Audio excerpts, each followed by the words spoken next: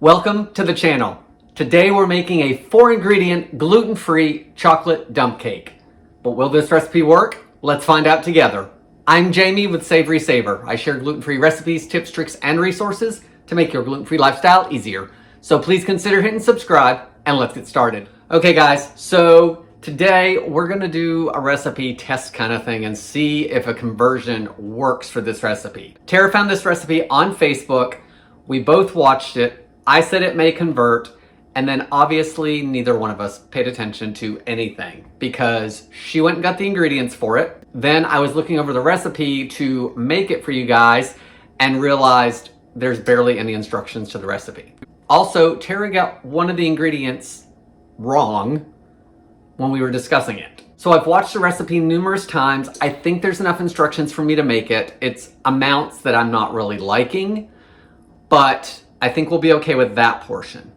The other mistake that we both made is I said, sure, it looks good. It's fine. It's a dump cake. She got a gluten-free chocolate cake mix, and the recipe calls for a gluten-free chocolate brownie mix. So we did have one of those at the house. So let's see if this works. All right, guys. So I have got the oven preheating to 350 degrees Fahrenheit. Those instructions were in the video. So I've got that going. Ingredient number 1 is semi-sweet chocolate chip morsels.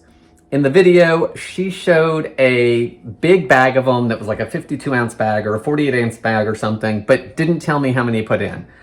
I'm going to use a full bag because in the video, it looked like the entire 13 by 9 is what it looked like to me, was covered. So ingredient number 1, done. Let's spread those out.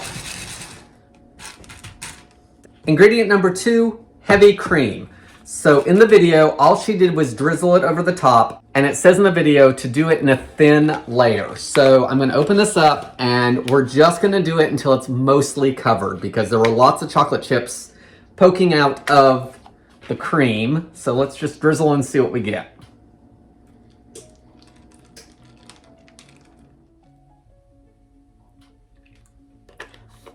All right, guys, I'm gonna call that good. It said that she was using a quart of heavy cream, but it didn't look like she used it all, so I'm guessing I used about 2 cups.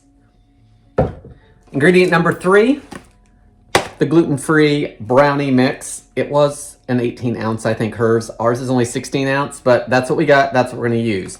Now, the only ingredients that would normally go into this is butter, water, and eggs.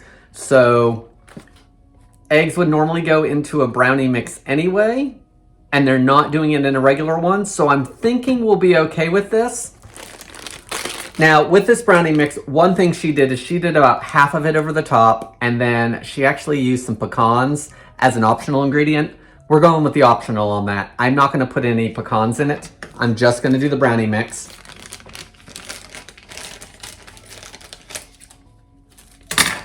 So I'm just gonna sprinkle it as evenly as I can get all the way over the top.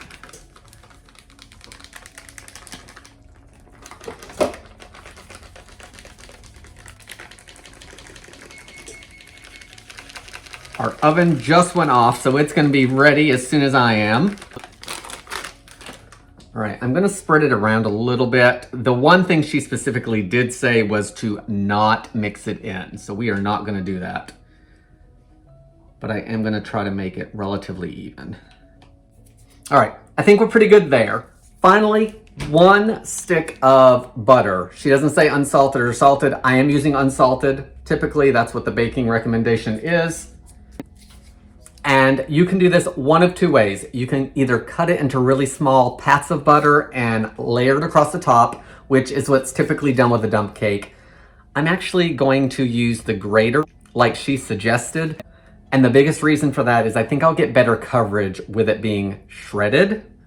And I think it'll melt a little bit faster, which hopefully will give us better texture, just in case the gluten-free thing is throwing this recipe off. So let me get to grating.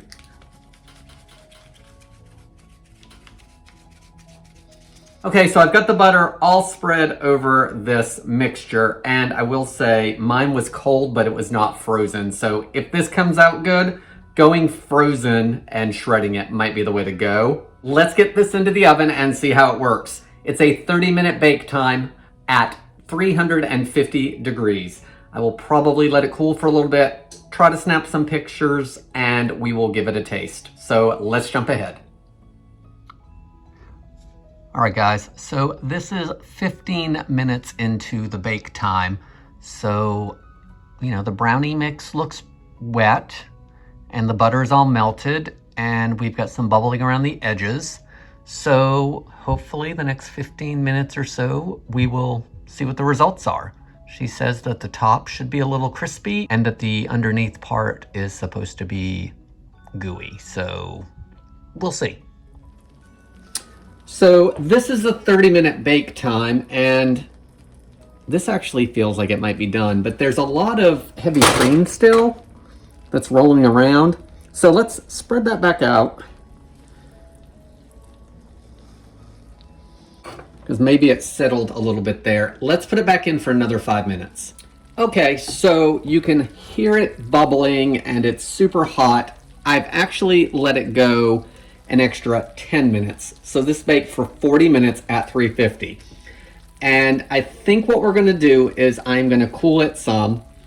I'm gonna take a couple pictures of it, and we're actually gonna do 2 tastings to see what we think. We're gonna do one while it's warm, and then I think I'm gonna do one either later today or even tomorrow, because I wanna see what happens once it cools. So let's see how this came out. Okay, so it's cooled off some. It's still slightly warm on the bottom, but for the most part, it's almost room temperature. And I gotta say, I kind of like the edges because it kind of looks like it's almost like sweetened condensed milk that is caramelized.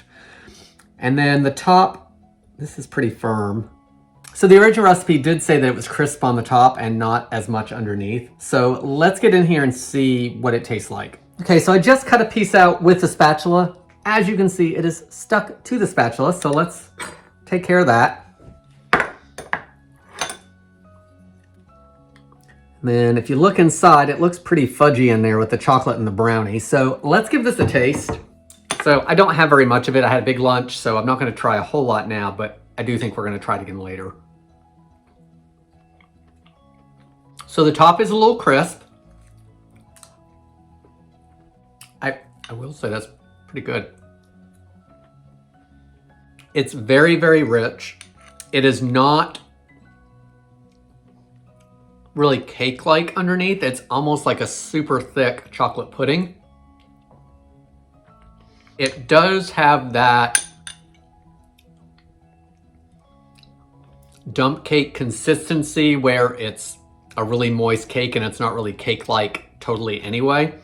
I actually think it's really good. Let me get just a little more. Okay, just got a little bit more.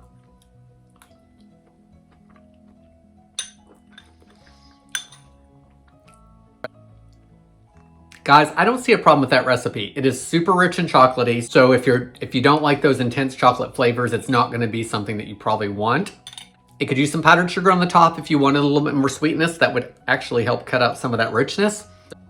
It would be really good with some whipped cream or even Cool Whip, because I think that would help cut some of that richness. It doesn't taste gluten-free, which I think is a huge bonus. It was easy, 4 ingredients. I think I'm gonna pop this into the fridge, and that's where I'm gonna store it covered. The recipe didn't say what to do on that. I don't really have anything bad to say about it. I wish that the instructions would have been a little bit better on the original recipe I saw. I'm going to probably put directions in this recipe. I don't always do that, but I'm going to for this one. I'm not really sure how I'm putting this into the video, so hopefully everything edits in nicely together. If not, well, it doesn't. We'll see. So it is the next day, and I have decided I'm going to do another taste test on this. First of all, because I want to see how it is next day. A lot of videos that you watch on YouTube don't go back and tell you how it is later, other than what their thoughts are, or they will if they've had it before. The other reason is you guys like to know if Tara likes it or not, since she's the one that's gluten-free in the house. She did say she really likes it. It's very rich, but she loved it. She took some to work today, so we'll see how that goes. We sent some to the neighbors, and we left some for us. So let's try this again and see how it is. I did leave it out overnight on the counter. Everything looks okay. I don't know how I feel about that either way, because technically it's baked, and if it were a cake, then I would probably leave it out. So since it's a dump cake, I guess we're okay. So let's see. So today I feel like it's still super fudgy and rich looking just cutting into it. I think it's really good still. Very rich, chocolatey. There's a little bit of grittiness to it there that Tara mentioned last night. She said gluten-free brownies have that sometimes. She said, I don't have any problems with it. I think it's good. So that's a winner for me. So if yesterday I thought it was a good recipe, I still think it's a good recipe today. I think we'll be making it again. But anyway, guys, I want to thank you so much for watching. Don't forget to leave your comments down below, and I hope to see you in the next video.